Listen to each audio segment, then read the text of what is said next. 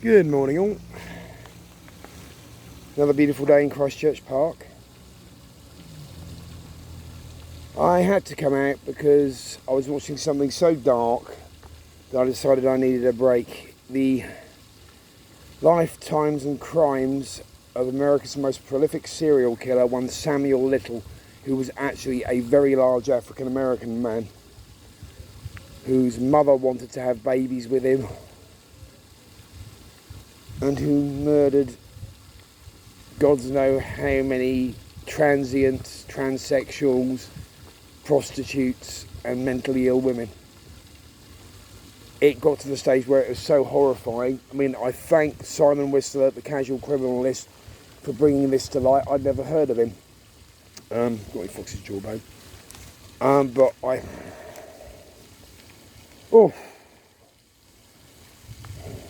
And I think Simon reading it was starting to feel the same way at certain points, so I do wonder if he took any breaks. He's a marvellous YouTuber. I wish I was as good as he is. I really do. Simon Whistler. And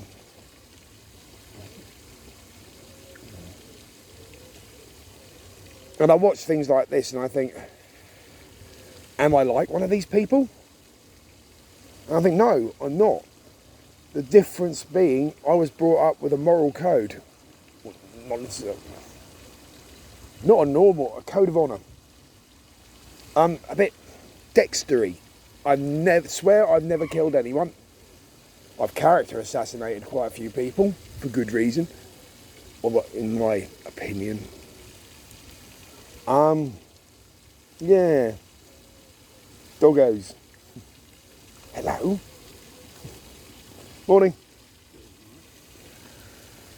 And well,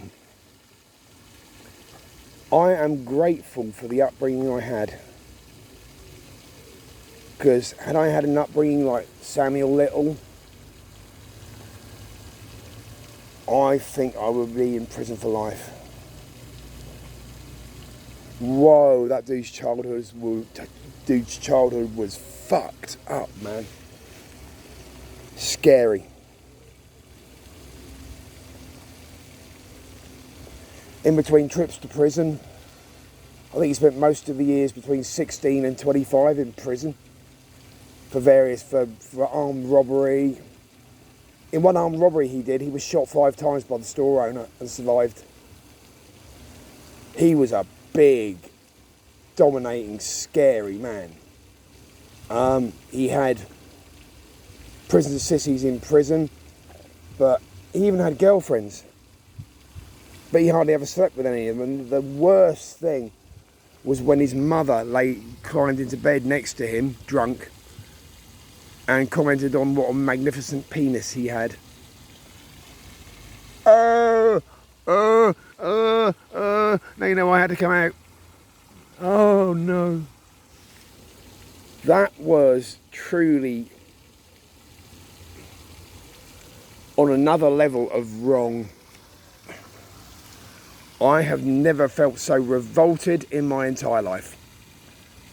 But you have to face these things to realise that although the world can be a beautiful, fascinating and loving place, it can also be absolutely terrifying, dark and horrible.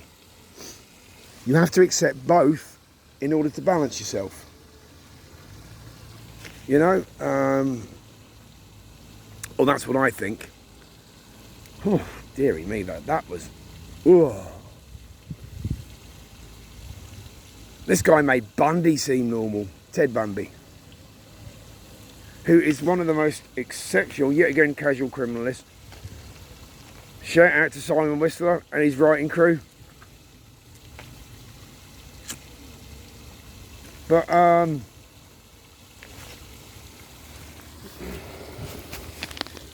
I also love his Brain Blaze channel, where he goes on about, best of Florida Man 2024 and things like that.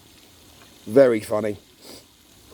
I think I am the UK version of Florida Man sometimes, but I've never, well, not for 25 to 30 years, I've never been arrested. And, not even cautioned. recent events, I wasn't even cautioned. I was just let know that a complaint has been made, but we won't go into that. That's water under the bridge. I want nothing more to do with that situation.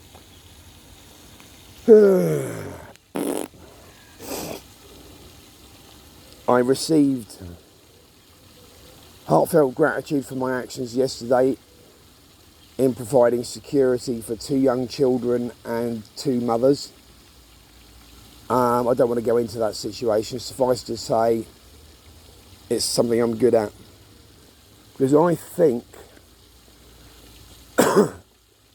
I had the potential to turn into a nasty, aggressive, immoral person like this guy we were dealing with.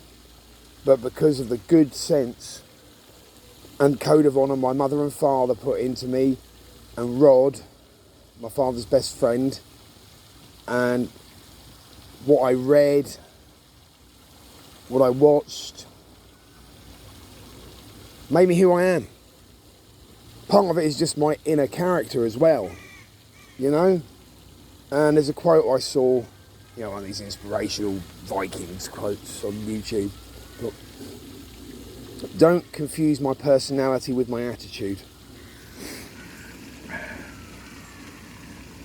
My personality is who I am. My attitude depends on who you are. Oh, sorry, did that come out a bit aggressive? It's true. If someone is kind, loving and warm towards me, I repay that.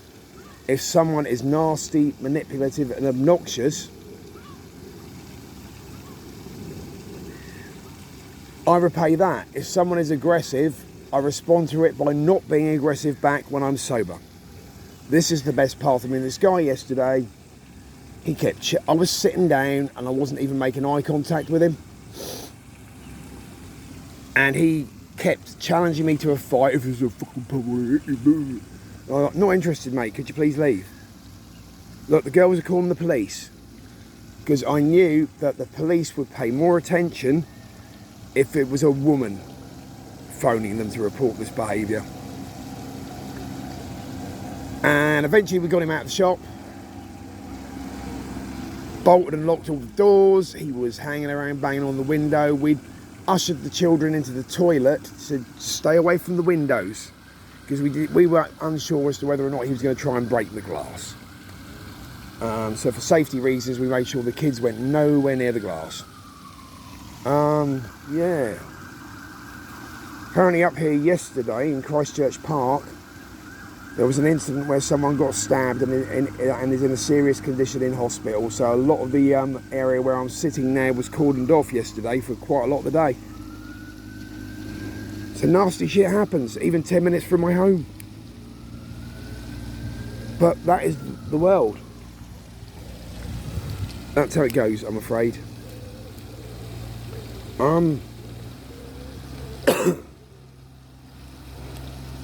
You know, I mean, if you're going through a hard time out there at the moment and you wonder, is it me? Analyse how other people are treating you, and do you deserve to be treated like that? You have to question yourself constantly. Never believe you're totally in the right. Never completely believe what someone is telling you, because people make up lies, misrepresent themselves so many times. It's just a case of you've got to work out whether a person is worthy of your trust or not. Never automatically trust. Give people the benefit of the doubt, sure, but never automatically give your full trust to someone you don't know.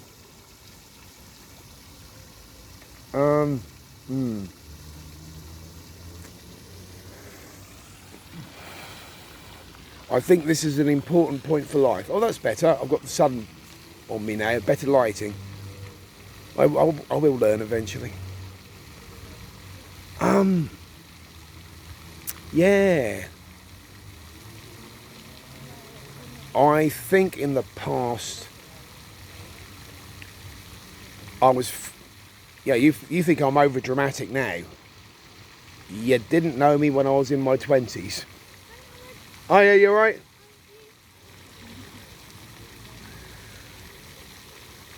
Basically, back then I was a nightmare. Everything was some epic duel to the death. You know, someone offended me, I would be like, this is it. I will hunt you down. But you can't say things like that in modern society. It makes you look stupid and look like a psycho. So I'm glad mostly, I've stopped doing that. It's just words anyway.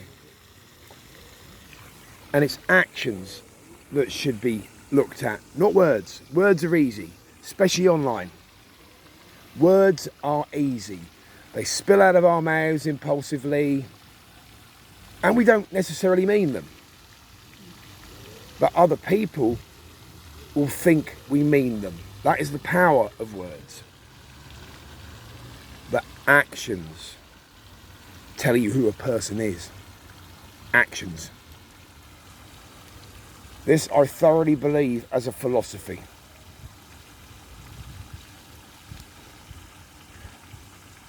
That's all my thoughts I think I've got at the moment. Take care.